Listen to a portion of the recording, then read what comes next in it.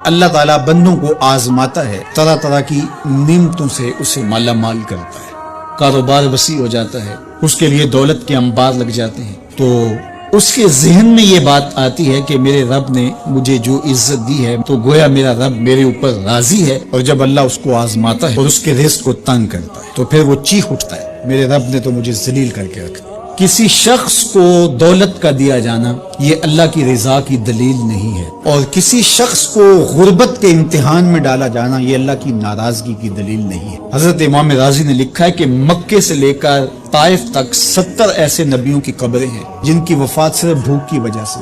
میرے اور آپ کے آقا و مولا حضور ختم المرتبت کے گھر میں کبھی برابر چولہا نہیں جلتا تھا، کبھی کھانے کے لیے کچھ میسر نہیں ہوتا تھا، پانی پی کے اور کھجور کھا کے گزارا ہوتا تھا، تو یہ تو کوئی دلیل نہیں ہے۔ اللہ کی رضا کی دلیل کیا ہے؟ نیکی کی توفیق مل جانا، اور اللہ کی ناراضگی کی دلیل کیا ہے؟ کسی شخص کا گناہ پہ دلیل ہو جانا۔ باقی رہی بات کہ کسی کو دولت کا زیادہ دیا جانا، کسی کو کم دیا جانا، تو یہ آزمائش ہے۔ اب جو اہل ایمان ہیں، اللہ کے بندے ہیں، وہ کیا کرتے ہیں؟ جب دولت زیادہ ملتی ہے تو صرف اللہ کے شکر کے دائرے میں آ جاتے ہیں، اور جب مصیبت آتی ہے، تکلیف آتی ہے، وہ اس پہ صبر کرتے ہیں۔